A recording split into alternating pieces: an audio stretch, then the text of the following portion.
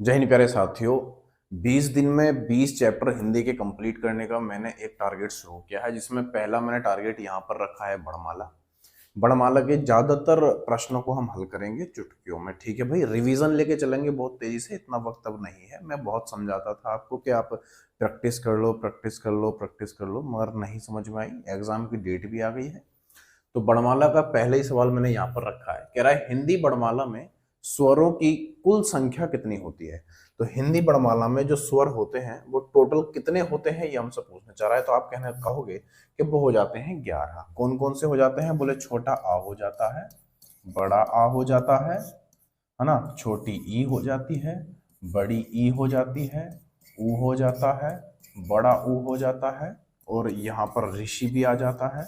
इसको री बोलोगे, ऋषि ना बोलोगे, री बोलो। री हो जाता है, ए हो जाता है, बड़ा वाला ए हो जाता है, ओ हो जाता है, और औ हो जाता है। ठीक है भाई, ये आप गिनोगे 11 हो जाएंगे। 1 2 3 4 5 6 7 8 9 10 11। तो स्वरों की कुल संख्या कितनी होती है? बोले 11 हो जाती है। ऑप्शन नंबर ए इसका बिल्कुल सही उत्तर हो जाएगा। फटाफट लेके चलेंगे। अगले पे क्या कह रहा है? अगले में कह रहा है हमसे, अगले में क्या कह रहा है? ये कह रहा है हमसे कि निम्नलिखित में कौन स्वर नहीं है। निम्नलिखित में से कौन सा स्वर नहीं है? तो स्वर मैंने बताया आपको 11 होते हैं। अब जैसा भी मैंने आपको बताया था, आप करेंगे इसमें से कौन सा स्वर नहीं है। तो ए भी हमारा क्या है? स्वर है। ये भी स्वर है, ये संयुक्त स्वर है। लेकिन ये वाला जो है ऑप्शन नंबर डी इसका आंसर होगा, क्योंकि ये एक व्यंजन है। ये क्या है दोस्त? ये एक व्यंजन है, स्वर नहीं है। देखो आपका जो क्वेश्चन पेपर बनेगा ना, वो इतना आसान सा बना देंगे कि आपको खुद पे विश्वास नहीं होगा कि इतना आसान भी आ सकता है। तो डरो मत, हार्ड पेपर ज्यादा नहीं आएगा। थोड़ा मैं मान सकता हूँ तो जीएस, थोड़ा करंट वगैरह अच्छे से देख लेना, वो ज्यादा हार्ड आपको लगेगा, क्योंकि आपकी तैयारी उस पर होती नहीं है ज्यादा, इसलिए आपको वो हार्ड लगता है। लेकिन पेपर बढ़िया आएगा, ये बात तय है। ऑप्शन नंबर डी इसका आंसर हो जाएगा। अगले में क्या कह रहा है? इसमें कहा जा रहा है हमसे, इसमें कह रहे हैं निम्नलिखित में कौन ट वर्ग नहीं है। ट वर्ग कौन सा वाला नहीं है? तो मैंने आपको बताया था कि यहाँ पर आप कैसे पहचानोगे। बोले ये पहचानो, कता, मूर्ध, कता मूर्ध ओष्ठ, है ना, कता मूर्ध ओष्ठ है ये। और यहाँ पर इसके सामने आपका लिखोगे कचट तप, लिख लोगे। क्या लिखोगे? कचट तप। कै, च, ट, त और पै। कचट तप। इसमें क्या है? ये हमारे वर्ग हैं। कै वर्ग, कै वर्ग में जैसे कै, ख, ग, घ, अड़े ये आता है। च वर्ग में च, छ, ज, झ ये आता है। और ये हमारा अंग होता है जहां से हम बोलते हैं। तो कै का मतलब कंठ है, ता का मतलब तालुव्य, मै का मतलब मूर्धन्य, और दै का मतलब दंत है, और ओ का मतलब ओष्ठ है। ये चीजें आपको सब मैंने बता रखी हैं। ट वर्ग नहीं है। तो ट वर्ग में क्या क्या आता है? बोले ट, ठ, ढ, ढ, अणे ये आता है। ट, ठ, ड, ढ, अणे ये आ जाता है भैया। अब यहाँ पर कह रहे हैं कौन सा वाला नहीं है, तो ये वाला भी है। देखो यहाँ पर आ जाएगा, ये भी है, बोले ये हैगा, और ये भी है, बोले ये हैगा। लेकिन ये वाला जो है ऑप्शन नंबर डी, ये हमारा कै वर्ग का है। किसका भैया? ये कै वर्ग का है, घ। क्योंकि कै वर्ग के अंदर क्या आता है? कै, ख, ग, घ और अड़े ये आ जाता है भाई। तो ये वाला जो है हमारा क्या है? ये घ है। और कहाँ का है? ये आपको कै वर्ग में है। तो कै वर्ग कहाँ से बोला जाता है? बोले कंठे से बोला जाता है। ये कहाँ से बोला जाता है? कंठे से बोला जाता है। ऑप्शन नंबर डी इसका आंसर हो जाएगा। अगले पर आते हैं, फटाफट लेके चलेंगे, ज्यादा टाइम ना वेस्ट करेंगे। क्या कह रहा है दोस्त इसमें? इसमें हमसे कहा जा रहा है, ये कह रहा है कि हिंदी वर्णमाला में व्यंजनों की संख्या है। हिंदी वर्णमाला में व्यंजनों की संख्या। अभी हमसे पूछी जा रही थी स्वरों की संख्या, और अब हमसे पूछा जा रहा है व्यंजनों की संख्या। तो व्यंजनों की संख्या कितनी है? तो आप कहोगे व्यंजनों की संख्या दोस्त 33 मानी जाती है। ऑप्शन नंबर बी इसका बिल्कुल सही उत्तर हो जाएगा। अगले पर आते हैं, सवाल नंबर अगला ये रहा मेरे लल्ला। क्या करें दोस्त इसमें? इसमें हमसे कहा जा रहा है कषय का निर्माण किन दो ध्वनियों के सहयोग से हुआ है। कषय का निर्माण किन दो ध्वनियों से हुआ है? तो मैं आपको छोटी सी बात बताना चाहता हूँ। देखो आप देखते, कषय यही वाला, ये वाला, ठीक है भाई, इसका निर्माण, और एक त्रय हो जाता है इसका निर्माण, और एक हो जाता है हमारा जय, ये, ठीक है भाई। अब इन तीनों का निर्माण, इसका जो निर्माण होता है कै हलंत के साथ और प्लस से हो जाता है, बोलो भाई हाँ या ना। त्रय का निर्माण जो होता है तय के साथ हलंत लग जाता है और उसमें ले ये लग जाता है, ठीक है भाई। और एक हो जाता है हमारे जय, इसमें जय हो जाता है हलंत के साथ और इसमें अय्या आता है, अय्या। इसमें क्या जाता है दोस्त, इसमें आता है अय्या। और एक हो जाता है श्रेय, एक हो जाता है श्रेय, ठीक है भाई, श्रेय। इसमें क्या लगता है, श्रेय में शय हलंत के साथ और प्लस रे, श्रेय बन जाता है ना। ये हमारे बन जाते हैं। तो इसमें पूछ रहा है कि इसका जो निर्माण हुआ है, इसका यानी कषय का जो निर्माण हुआ है कैसे होगा। तो देखो यहाँ पर हलंत लगा लेंगे, हलंत लगा हुआ नहीं है इसमें, इसमें हलंत लगा लो इस तरीके से। तो ऑप्शन नंबर कौन सा बनेगा, बोले भैया जी ऑप्शन नंबर डी बन जाएगा। ये भी नहीं होगा, ये भी नहीं होगा, ये भी नहीं होगा, option number D is the right answer, ठीक है भाई। अगले पर आ जाते हैं। अगले में क्या कह रहा है, अगले में कह रहा है हमसे,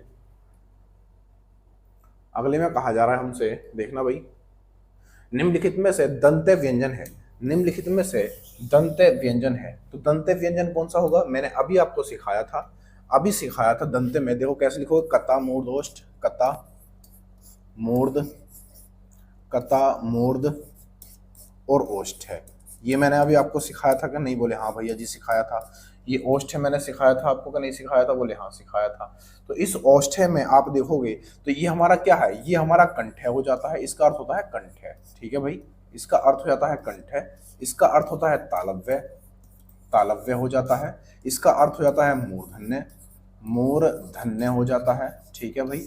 और इसका अर्थ हो जाता है दंत्य, इसका अर्थ होता है दंत्य।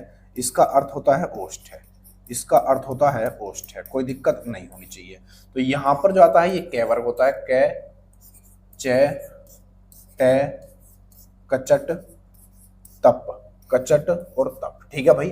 तो कै वर्ग, चै वर्ग, टै वर्ग, तै वर्ग और पै वर्ग हो जाता है। तो हमसे पूछ रहा है कि दंत्य व्यंजन है। तो दंत्य व्यंजन में आप देखोगे दंत, दंत तो ये है, दंत वाला कौन सा है, बोले ये वाला है। तो दंत के अंदर आप देखोगे तो यहाँ पर तय वर्ग आता है और तय वर्ग में क्या क्या आता है, तय, थे, दे, ध, न। कौन कौन से, तय, तय, थे, तय, थे, दे, ध और न। ये किस चीज में आते हैं, बोले आप कहोगे दंते में आ जाते हैं। किस में दोस्त, ये दंते होते हैं। तो हमसे दंते व्यंजन तो पूछा है, तो दंते में आप देखो ये तो कै वर्ग है, ये खत्म हो जाएगा। ये ओष्ठ है, ये खत्म हो जाएगा। ये क्या है, ड़ है, ये भी खत्म हो जाएगा। तय में सिर्फ एक ही दे रखा है, ऑप्शन नंबर सी इसका बिल्कुल सही उत्तर हो जाएगा, ऑप्शन नंबर सी। क्योंकि ये हमारा क्या है, ये दंते ही तो है दोस्त, ये दंते ही तो है, खत्म हो जाएगा answer, option number C is the right answer. अगले पर आते हैं, क्या कह रहे हैं दोस्त इसमें, इसमें अगले में कह रहे हैं हमसे, इसमें कह रहे हैं हमसे कि मूर्धन्य, देखो इसको लिख रहने देते हैं ना, हमसे क्या इसको लिख रहने देते हैं, ये काम आएगा। ये हमसे कह रहे हैं कि निम्नलिखित में से मूर्धन्य व्यंजन, निम्नलिखित में से मूर्धन्य व्यंजन कौन सा है, आप मुझे बताओ मूर्धन्य। अब यहाँ पर देखो मूर्धन्य व्यंजन पूछा है और मूर्धन्य कहाँ पर है, बोले ये है मूर्धन्य। मूर्धन्य कता मूर्ध ओष्ठ, तो मुंह मतलब मूर्धन्य, और मूर्धन्य के सामने क्या आता है, बोले टै वर्ग आता है। तो टै वर्ग के अंदर क्या आता है, टै, ठै, टै, ठै, डै, ढै और अड़े, यही तो आता है दोस्त। अब ये आता है तो आप देखोगे ये भी इसके अंदर है, ये हैगा, इसके अंदर ढै भी है, ये हैगा, ये है इसके अंदर, ये हैगा। तो ये सभी, ये सभी, ऑप्शन नंबर डी इसका बिल्कुल सही उत्तर हो जाएगा। तो मूर्धन्य क्या होते हैं, ये होता है। और मूर्धन्य में एक चीज और लिख लो, ये तो होते ही है मूर्धन्य के अंदर, ये तो होते ही है, प्लस ऋषि भी होता है, री भी होता है, और ये वाला शय भी होता है और रे भी होता है, ये भी होते हैं, ये भी मूर्धन्य है, ये भी मूर्धन्य, ये भी मूर्धन्य, ये भी मूर्धन्य, और ये तो होते ही हैं मूर्धन्य। इतनी बात समझ में आई तो बोलो हाँ। अगले पर आते हैं, सवाल नंबर अगला लिखे रहने दो, कभी फिर आगे जरूरत पड़ेगी। कंजूसी मत करना, अगर आपको इस तरह का सवाल मिले तो कंजूसी मत करना दोस्त, ये लिख लेना, ये लिख लेना, मैंने लिख दिए यहाँ पे। क्या कह रहा है हमसे, ये हमसे कह रहे हैं, ये कह रहे हैं ई ध्वनि किस वर्ग की ध्वनि है, ई ध्वनि किस वर्ग की ध्वनि है, ई ध्वनि किस वर्ग की ध्वनि है, ठीक है भाई। क्या है, ई ध्वनि किस वर्ग की ध्वनि है। देखो यहाँ पर ई पूछ रहा है हमसे, तो तालव्य के अंदर आता है चय वर्ग, तालव्य के अंदर क्या आता है, पूरा ही मिटा देता हूँ पहले इसको, फिर ढंग से लिख के बताता हूँ। देखो क्या पूछा है हमसे, ई ध्वनि, ई ध्वनि किस वर्ग में है। तो ई ध्वनि किस वर्ग में आएगी, तो आप कहोगे देखो ये दीर्घ ई है, ई कैसी है, ये हमारी ई कैसी है, तो आप कहोगे भैया जी ये दीर्घ ई है। अगर ये दीर्घ ई है तो ये भी हो सकता है। अब यहाँ पर अग्र स्वर है, देखो अग्र स्वर में जीभ के आधार पर अगर मैं जीभ बनाऊं तो 3 भागों में बढ़ जाता है इस तरीके से, ठीक है भाई। यहाँ पर बीच में जो आता है वो छोटा वाला आ आता है, बोले हाँ भैया आता है। और यहाँ पर आप देखोगे अगले वाले में एक तो ई आता है, एक ये वाला ई आता है, ए आता है और ये वाला ए आता है। तो ई ई ए ए ये आगे से बोले जाते हैं जीभ के अग्रभाग से। तो ई हमारा क्या है, ये अग्रभाग भी है, अग्रभाग भी हो जाएगा। और ये क्या है दोस्तों, ये समवृत्य भी है। कैसा है, ये समवृत्त स्वर भी है। तो ऑप्शन नंबर डी इसका आंसर हो जाएगा, उपयुक्त सभी। उपयुक्त सभी। तो ई ध्वनि किस वर्ग की ध्वनि है, तो आप कहोगे सभी। ये दीर्घ भी है, अग्र भी है और समवृत्त भी है। अगले पर आए, बोले ठीक है आ जाओ।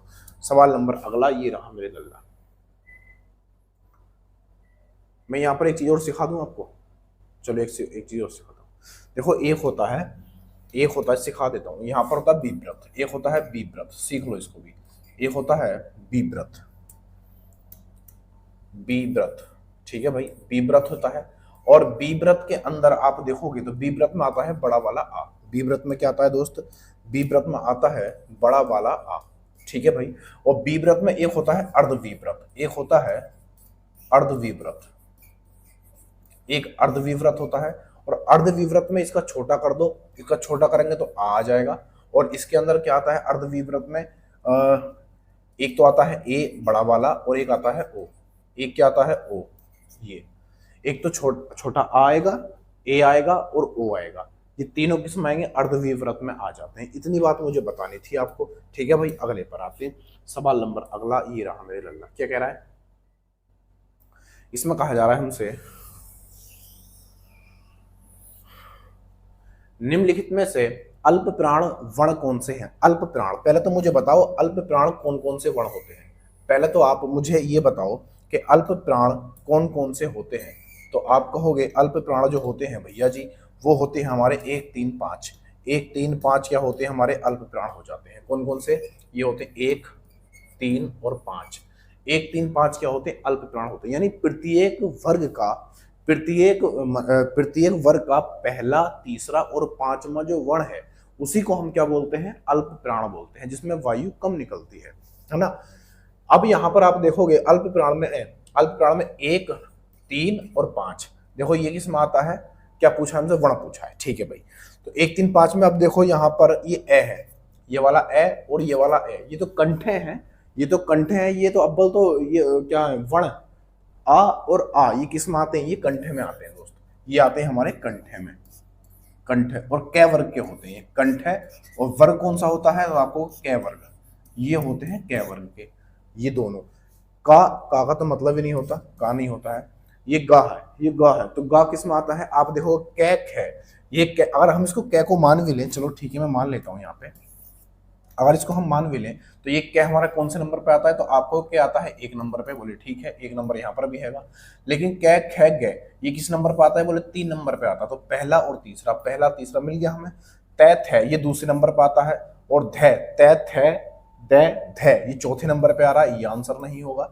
अब यहाँ पर पैप है, ये दूसरे नंबर पर है। पैप है, बैब है, ये चौथे नंबर पे आ रहा है, ये भी आंसर नहीं होगा। तो यहाँ पर आप देखोगे ये वाला यहाँ पर जो क्या कर रखा है इन्होंने, इसको यहाँ से मिटा दो, ये अब सही है, ठीक है भाई अब सही है। तो आंसर क्या बनेगा, तो आपको होगा आंसर तो मिल ही गया हमें, बोले क्या मिल गया, ये पहले नंबर पे आया और ये किस नंबर पे, ये तीसरे नंबर पे है। तो पहला और तीसरा जो होता है वो हमारा अल्प प्राण होता है। ऑप्शन नंबर क्या बनेगा, ऑप्शन नंबर 20 का आंसर बन जाएगा। ऑप्शन नंबर बी इसका बिल्कुल सही उत्तर हो जाएगा, ठीक है भाई। अगर मैं आपसे पूछूं तो मुझे ये बताओ कि अल्प प्राण की जगह अगर मैं महाप्राण लिख दूं, महाप्राण, तो महाप्राण में कौन कौन से वर्ण होते हैं, कौन कौन से अक्षर या वर्ण होते हैं जो महाप्राण में आते हैं। तो आप कहोगे प्रत्येक वर्ग का दूसरा और चौथा वर्ण क्या होता है, महाप्राण होता है। अगर मैं आपसे कहूं कि बताओ सघोष, और इस सघोष को ही हम क्या बोलते हैं, बोले घोष बोलते हैं।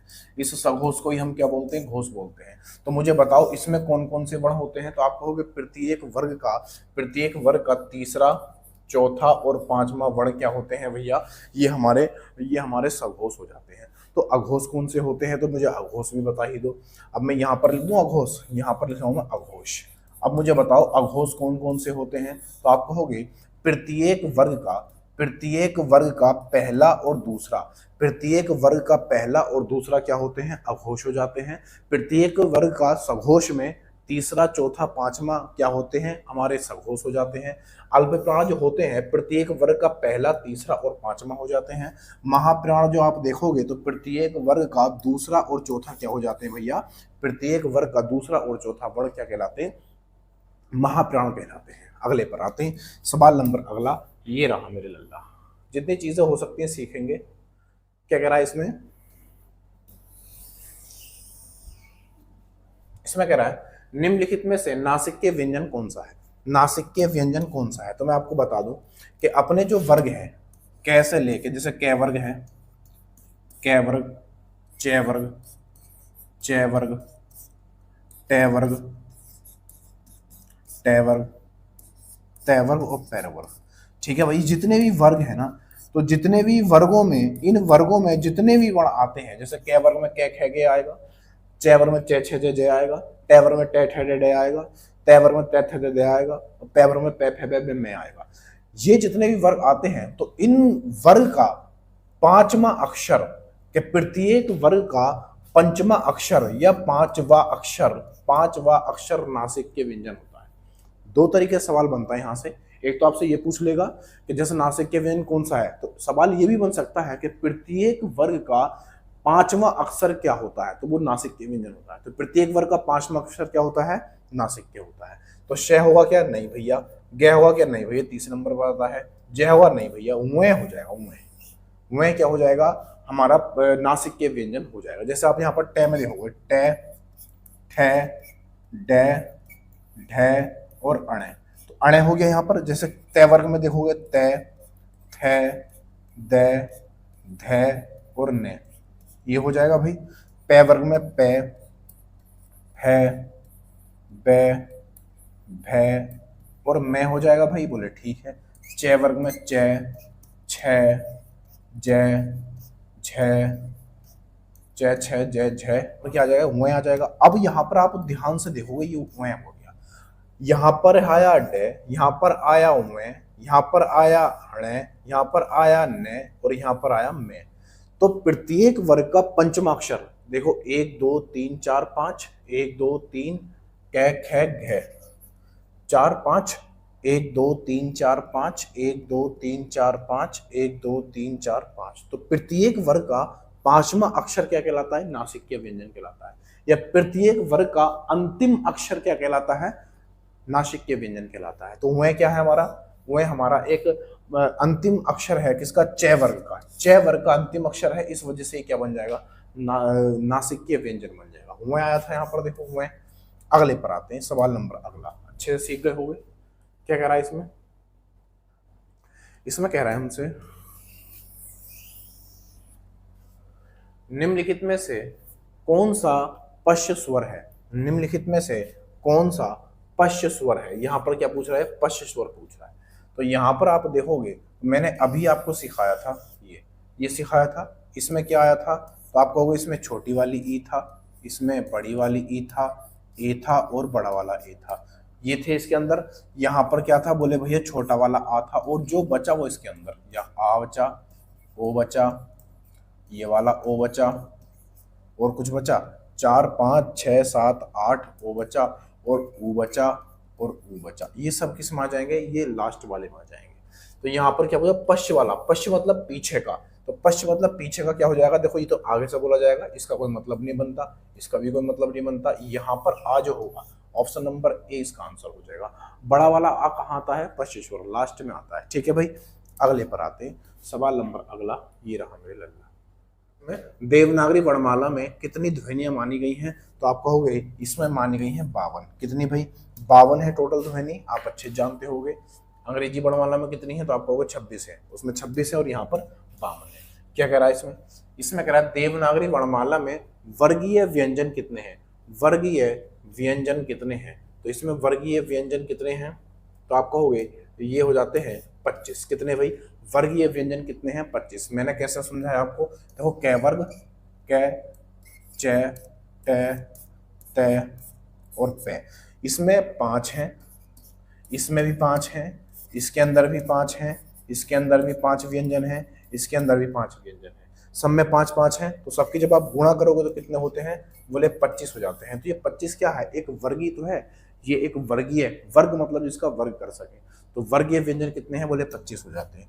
अगले पर आते हैं, क्या कह रहा है इसमें, इसमें कह रहा है कौन सी ध्वनि स्वर नहीं है, कौन सी ध्वनि स्वर नहीं है, कौन सी ध्वनि ऐसी है भैया जो स्वर नहीं है। तो स्वर और व्यंजन और एक अयोगवा तीनों से मिलकर क्या बनती है, हमारी वर्णमाला बनती है। तो हमसे कह रहा है स्वर नहीं है, तो स्वर नहीं है तो ढूंढ लो भैया आराम से, ये भी हमारा स्वर है ना भैया, ये भी हमारा स्वर है, ये भी स्वर है, लेकिन ये वाला ऑप्शन नंबर सी नहीं है। क्यों, क्योंकि ये हमारा क्या है, ये अनुस्वार है। ये क्या है भाई, ये हमारा एक अनुस्वार है, अनुस्वार, ये अनुस्वार है। और इस अनुस्वार को हम कुछ और बोलते हैं, बोले हाँ भैया इसको अयोगवा भी बोलते हैं, अयोगवा, अयोगवा, इसको हम अयोगवा भी बोलते हैं। ठीक है भैया, अयोगवा एक और होता है, तो आपको उसको हम विसर्ग बोलते हैं, उसको हम विसर्ग बोलते हैं। और विसर्ग कैसा होता है, विसर्ग कैसा होता है, बोले ये वाला क्या होता है, विसर्ग होता है। ठीक है भाई, अगले पर आते हैं, सवाल नंबर अगला ये रहा मेरे लल्ला।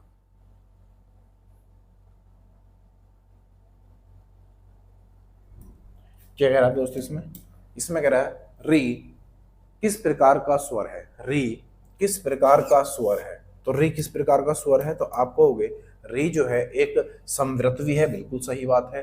देखो हमारा जो री है ये संवृत कहलाता है। संवृत में क्या होता है, संवृत में पूरा मुंह बंद होता है, पूरा मुंह बंद, पूरा मुंह बंद।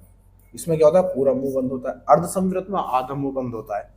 हास्य स्वर भी है, बोले हाँ हास्य स्वर, पश्च स्वर है, बोले हाँ। तो ये आंसर क्या बनेगा, ऑप्शन नंबर डी इसका आंसर हो जाएगा कि उपयुक्त तो सभी। ठीक है भाई, अगले पर आते हैं, सवाल नंबर अगला ये रहा मेरे लल्ला।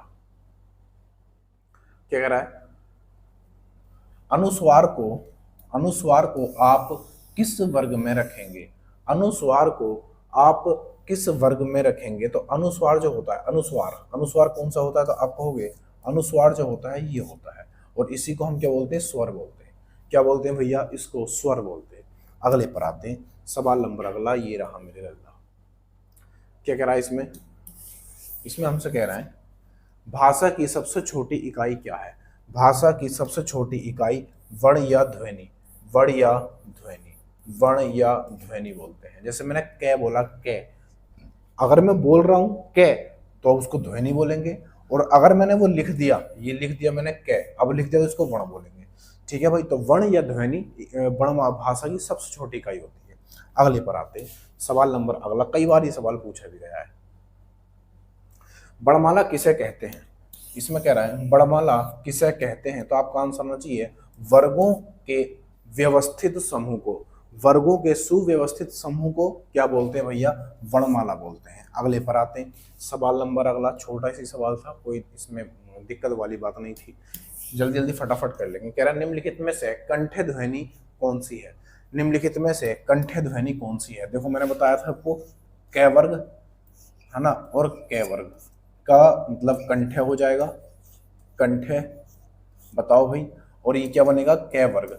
कै वर्ग में कौन कौन से आते हैं, तो आपको कै, खे, कै, खे, गे, घे और अण, ये हमारे क्या है, सब ये कै वर्ग में आते हैं। तो हमसे कह रहा है कंठ है, तो कै वर्ग जो होता है पूरा का पूरा वो कहाँ से बोला जाता है, बोले कंठे से बोला जाता है ना।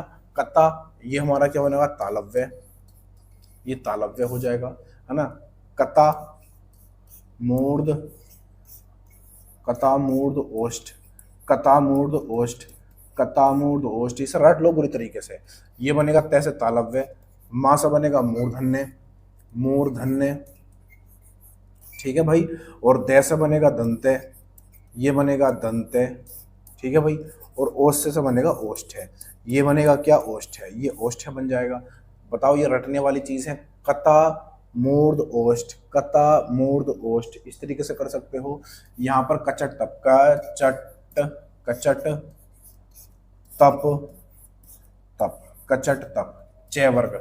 हमसे क्या पूछा गया, कंठ है, तो कंठे में आप देखोगे कै, और कै वर्ग मतलब कंठे हो जाएगा। तो कै वर्ग के जितने भी वर्ण हैं वो सब के सब कहाँ से बोले जाएंगे, बोले कंठे से बोले जाएंगे। तो इसके अंदर एक तो क्या आया और एक क्या आया, इसमें घे आ गया। कै और ख ये दोनों ही क्या है मेरे दोस्त, ये दोनों ही कंठे से बोले जाएंगे। और कुछ बोल सकते हैं कंठे में, बोले हाँ बोल सकते हैं। इसमें मैं और ऐड कर दूं, बोले ए हो जाएगा छोटा वाला, बड़ा वाला आ हो जाएगा, और इसी में क्या हो जाएगा, है हो जाएगा, और इसी में विसर्ग हो जाएगा। विसर्ग भी कहाँ से बोला जाता है, कंठे से बोला जाता है। और एक्स्ट्रा चीजें मैंने जोड़ दी वहां पे, ठीक है भाई। अगले पर आते हैं, सवाल नंबर अगला। आंसर क्या बनेगा, आंसर पहला वाला बन जाएगा, कोई दिक्कत वाली बात ही नहीं है इसमें, तो समझ ही गए होंगे क्या कह रहा है इसमें। स्थान के आधार पर बताएं, स्थान के आधार पर बताइए कि मूर्धन्य व्यंजन कौन से हैं, मूर्धन्य व्यंजन कौन से हैं।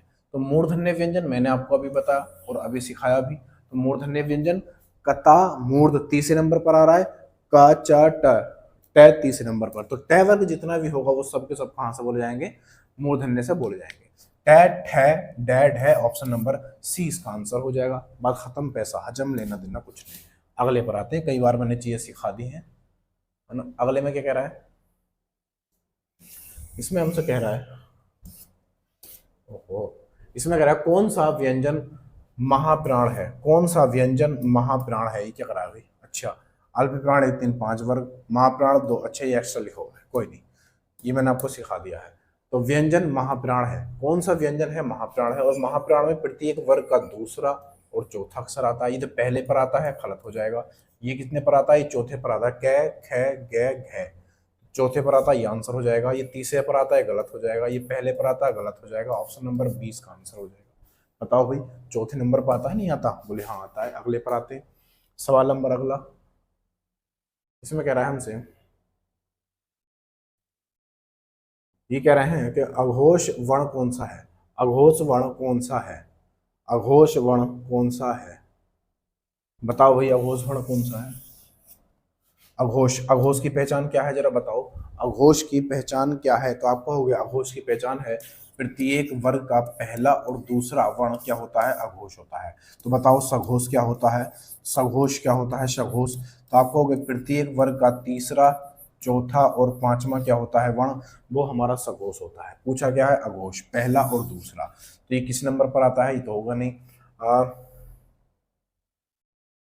अच्छा, अघोष पूछा है ना, तो अघोष में जो स है हमारा, स हमारा क्या होता है, अघोष होता है। देखो अघोष में प्रत्येक वर्ग का पहला और दूसरा तो होगा ही होगा, पहला और दूसरा तो होगा ही होगा, लेकिन इसके अंदर स भी आता है। स भी हमारा क्या है, एक तरह का अघोष बन जाता है। Option number A is the right answer, option number A is the right answer. अगले में क्या कह रहे हैं, ईयर 11 किस वर्ग के व्यंजन है, ईयर 11 किस वर्ग के व्यंजन है। तो ईयर 11 आप हो गए, ये किस वर्ग के हो जाते हैं, ये होते हैं अंतस्थ व्यंजन। अंतस्थ व्यंजनों की संख्या कितनी होती है, बोले 4 हो जाती है। क्या होंगे भैया, अंतस्थ हो जाएंगे। अगले पर आते हैं, सवाल नंबर अगला क्या कह रहा है इसमें, न किस प्रकार का व्यंजन है, अण, अण किस प्रकार का व्यंजन है। ये जो है, ये किस प्रकार का व्यंजन है, अयोगवा है क्या, बोले नहीं। अयोगवा ये थोड़ी ना होते हैं, अयोगवा तो ये वाले होते हैं, एक तो अनुस्वार और एक विसर्ग, ये हमारे अयोगवा होते हैं। उत्क्षिप्त, उत्क्षिप्त होते हैं क्या, उत्क्षिप्त कौन से होते हैं, एक तो होता है ड और एक होता है ढ, ये हमारे उत्क्षिप्त होते हैं। संयुक्त व्यंजन आप अच्छे जानते हो, क्षेत्रज्ञ, क्षेत्रज्ञ, और ऋषि भी हो जाता है, ऋषि ये वाला श्रेय हो जाता है। ये हमारे क्या होते हैं, ये सब के सब हो जाते हैं। और यहाँ पर स्पर्श व्यंजन आप जानते हो, तो उत्क्षिप्त होते हैं ये। ड हमारा क्या है, उत्क्षिप्त, इसमें 2 आते हैं, एक ये आता है और एक ये वाला आता है। अगले पर आते हैं, बात खत्म, पैसा हजम। क्या कह रहा है इसमें,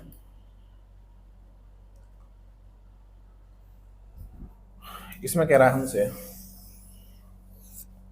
निम्नलिखित में से कौन सा वर्ण सघोष नहीं है, कौन सा वर्ण सघोष नहीं है। सघोष की पहचान बताओ क्या होती है। तो आपको प्रत्येक वर्ग का तीसरा, चौथा और पांचवा क्या होता है, सघोष होता है। वो कह रहा है सघोष नहीं है, वो कह रहा है हमसे सघोष नहीं है।